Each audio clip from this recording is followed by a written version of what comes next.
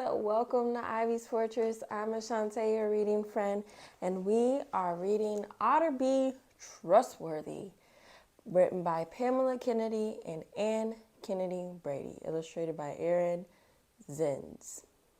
Well, I love the Otter B series. I hope you do too.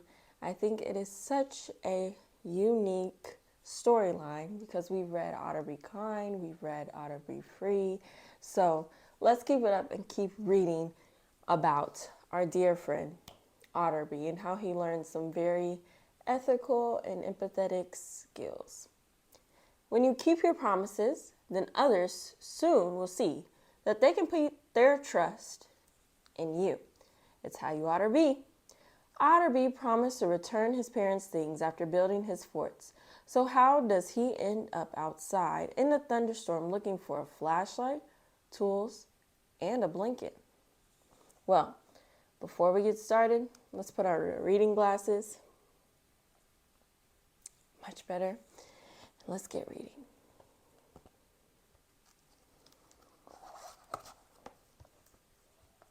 Otter B Trustworthy, written by Pamela Kennedy and Ann Kennedy Brady, illustrated by Zenz.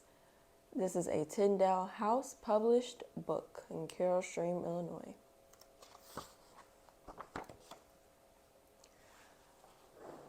Otter B leaped out of bed and put on his play clothes.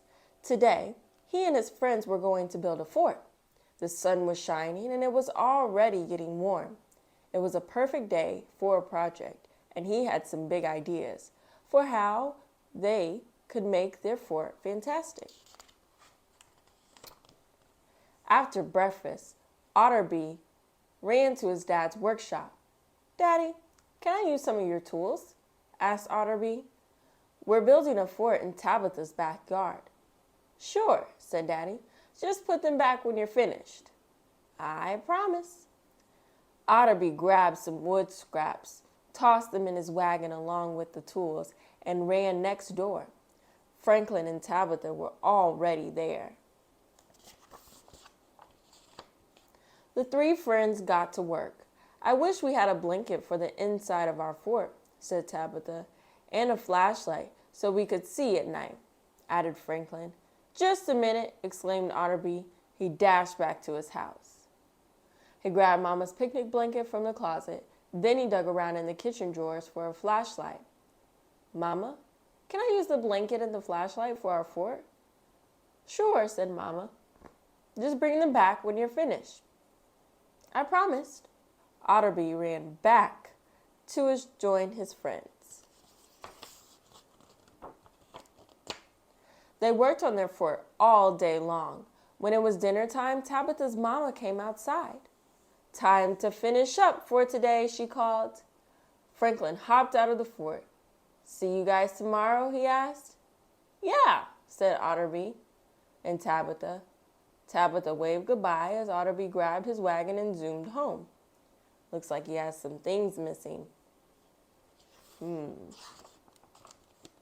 next morning was stormy. Thunder rumbled, lightning flashed, then all the lights went out. "Otter B, please bring me the flashlight," called Mama. Otter B opened the drawer. There was no flashlight. "And grab the picnic blanket too," added Mama. "It's chilly in here." Otter B's heart sank. He remembered where everything was. It was outside, getting wet. He didn't want to tell Mama. If he hurried, she'd never know. Otter B dashed next door to the fort. He grabbed the soggy blanket, flashlight, and tools. Just as Otter B turned around, a huge flash of lightning struck right in front of him. He screamed, slipped, and landed hard on his tail. "Mama!" he cried, but the thunder was so loud that no one could hear him. Otter B pushed himself up and limped back home. Mama stood on the back porch calling his name. Otter B ran straight into his mama's arms. "I'm sorry, Mama," he sobbed. "I promised to take care of everything and I forgot. And then I wanted to go get them before you found out. And there was lightning. And then I fell on my tail." Mama wrapped a bandage around Otter B's tail and brushed mud and leaves from his wet fur. She pulled him up onto her lap and dried his tears. I'm glad you wanted to keep your promises, Mama said, but I also trust you to remember our rules. I was worried when I couldn't find you. You need to ask before leaving the house. I know, Otter B sniffed. Mama hugged Otter B and kissed the top of his head. Let's change your clothes, and then you can help me clean the blanket and dry off Daddy's tools. Otter B snuggled into his mama's arms. It felt good to be safe and loved. You know what, Mama? You can trust me from now on. I'm going to be a great promise keeper. When you keep your promises, then others soon will see that they can put their trust in you. It's how you ought to be.